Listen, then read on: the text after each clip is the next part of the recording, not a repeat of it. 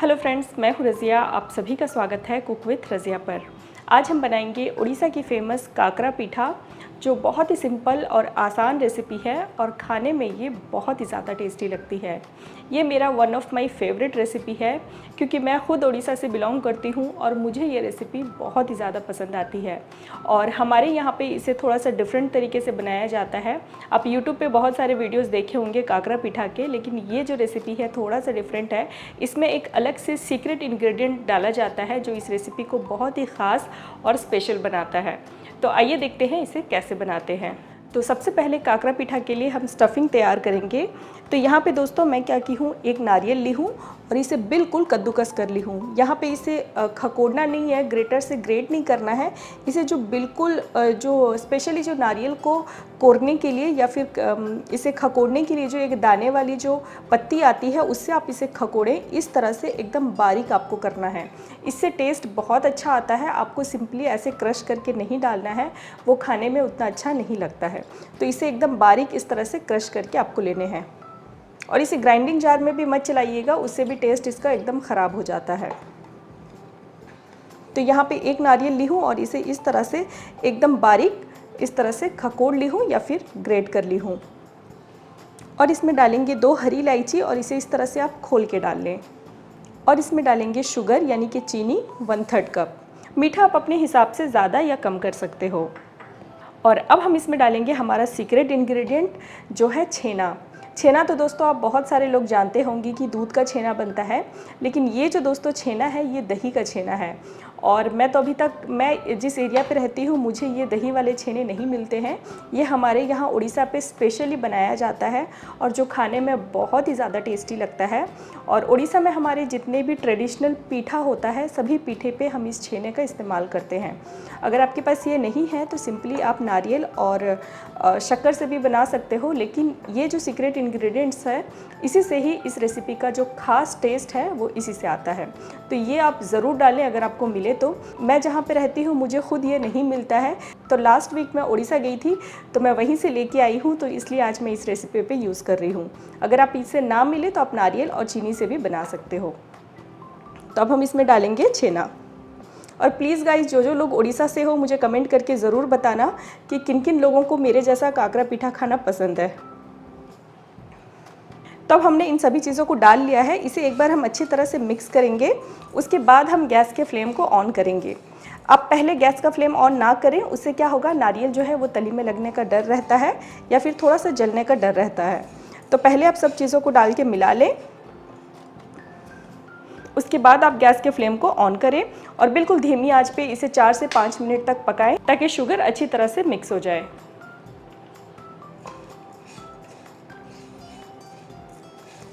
अब हमने स्टफिंग को 3 से 4 मिनट चलाते हुआ पका लिया है। कि आप देख सकते हो शुगर अच्छी तरह से मेल्ट हो गया है और नारियल, छेना सब कुछ आपस में अच्छी तरह से कंबाइन हो चुका है। तो ये आप देख सकते हो इसका टेक्सचर बिल्कुल ऐसा होना चाहिए। तो अब हम गैस के फ्लेम को बंद कर देंगे और हम इस स्टफिंग को एक प्लेट में निकाल के ठंडा कर लेंगे। अब हम काकरा पीठा के लिए डो तैयार करेंगे। इसके लिए हम एक कढ़ाई में डालेंगे 2 कप पानी, साथ ही हम इसमें डालेंगे आधा छोटा चम्मच नमक और 1 टेबलस्पून चीनी। अब इन सभी चीज़ों को डाल के हम इसे अच्छी तरह से मिक्स करेंगे और पानी में एक उबाल ले आएंगे। अब ये पानी में उबाल आनी शुरू हो चुकी है। अब मैं इसमें डालूंगी 1 चम्मच देसी घी। देसी घी से इसमें टेस्ट बहुत अच्छा आता है और साथ में ये जो घी की वजह से हमारा डो जो है वो तली में नहीं चिपकेगा। अगर आप घी नहीं डालना चाहते हैं तो आप इसमें बटर का भी यूज़ कर सकते हो, लेकिन देसी घी से टेस्ट बहुत अच्छा आता है।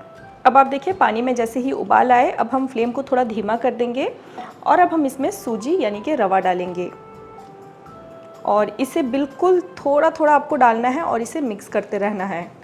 और फ्लेम यहाँ पे आपको बिल्कुल धीमा रखना है।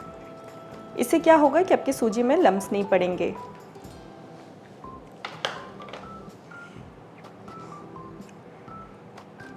और यहाँ पे फ्लेम आपको धीमा ही रखना है और बिल्कुल धीमी आंच पे इसे आपको चलाते हुआ पका लेना है जब तक कि सूजी पूरी तरह से पानी को एब्जॉर्ब ना कर ले और एकदम ये डो की शक्ल में ना आ जाए।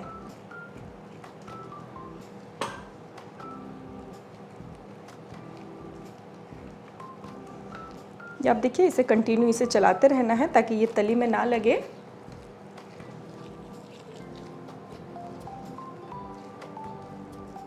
अब आप देखिए, अब हमने इसे अच्छी तरह से मिक्स कर लिया है। अब ये बिल्कुल एक डो की शक्ल में आ चुका है, ये आप देखिए। और ये आप देखिए, और ये तली में भी चिपकना बंद हो गया है।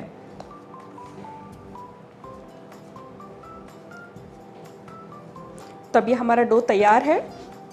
अब हम इसे एक प्लेट में निकाल के ठंडा कर लेंगे। अब ये हमारा डो ठंडा हो चुका है। अब हम अपने हथेली में थोड़ा सा पानी या तेल लगा के ग्रीस कर लेंगे और इसे थोड़ा सा अपने हाथ से इस तरह से मस लेंगे ताकि डो थोड़ा सा चिकना हो जाए। अब हमने इस डो को अच्छी तरह से मसलते हुआ डो को चिकना कर लिया है। अब ये हमारा डो तैयार है। अब हम काकरा बनाना शुरू करते हैं। इसके लिए हम इस डो में से थोड़ा सा पोर्शन लेंगे।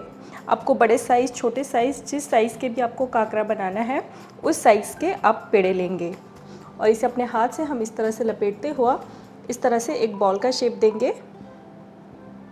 और अब हम यहाँ पे एक अंगूठे को इस तरह से अंदर डालेंगे और यहाँ पे इससे एक हंडी का लुक देंगे। ये आप देखिए, इस तरह से अंगूठे से दबाते हुआ इसे हम थोड़ा सा इस तरह से फैला के एक हंडी का शक्ल देंगे। और हमारी यहाँ पे जो स्टफिंग है ये भी ठंडी हो चुकी है। अब हम इसके अंदर हमारा स्टफिंग डालेंगे। स्टफिंग को इस तरह से दबा दें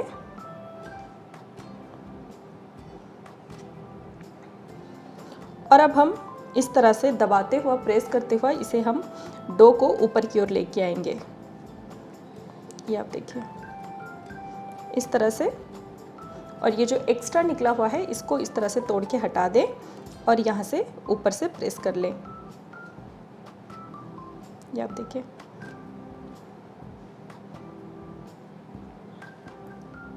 अब ये हमारा काकरा बन के तैयार है। इसी तरह से हम सभी काकरा बना के तैयार कर लेंगे। अब दूसरी तरफ हमने कढ़ाई में तेल को डाल के अच्छी तरह से गर्म कर लिया है। अब हम एक एक करके इसमें काकरा डालेंगे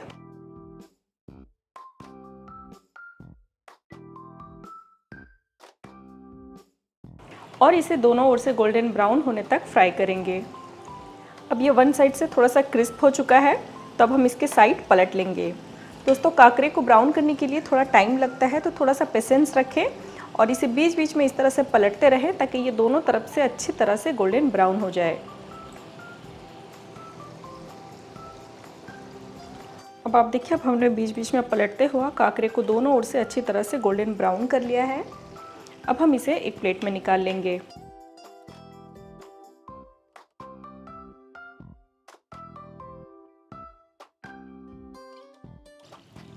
ये आप देख सकते हो दोस्तों, इसका लुक बहुत ही गजब का है।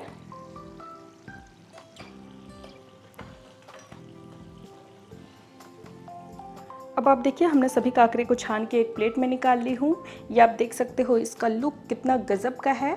ऊपर से ये काफ़ी ज़्यादा क्रिस्पी और अंदर से ये सॉफ्ट होता है और खाने में तो दोस्तों ये बहुत ही ज़्यादा गजब का बनता है। सो ज़रूर से आप इस रेसिपी को ट्राई करें और मुझे कमेंट करके ज़रूर बताइए कि आपको मेरी ये रेसिपी कैसी लगी। उम्मीद करती हूँ दोस्तों आपको मेरी रेसिपी अच्छी लगी हो और हमेशा की तरह अगर आपको मेरी रेसिपी अच्छी लगी हो तो इसे लाइक करना बिल्कुल भी मत भूलिएगा। और मेरे जैसे कितने ओडिशा वासी हैं जिनको ये रेसिपी अच्छी लगती है मुझे कमेंट करके ज़रूर से बताना। फिर हाजिर होती हूँ एक नई रेसिपी के साथ। तब तक के लिए बाय बाय, टेक केयर।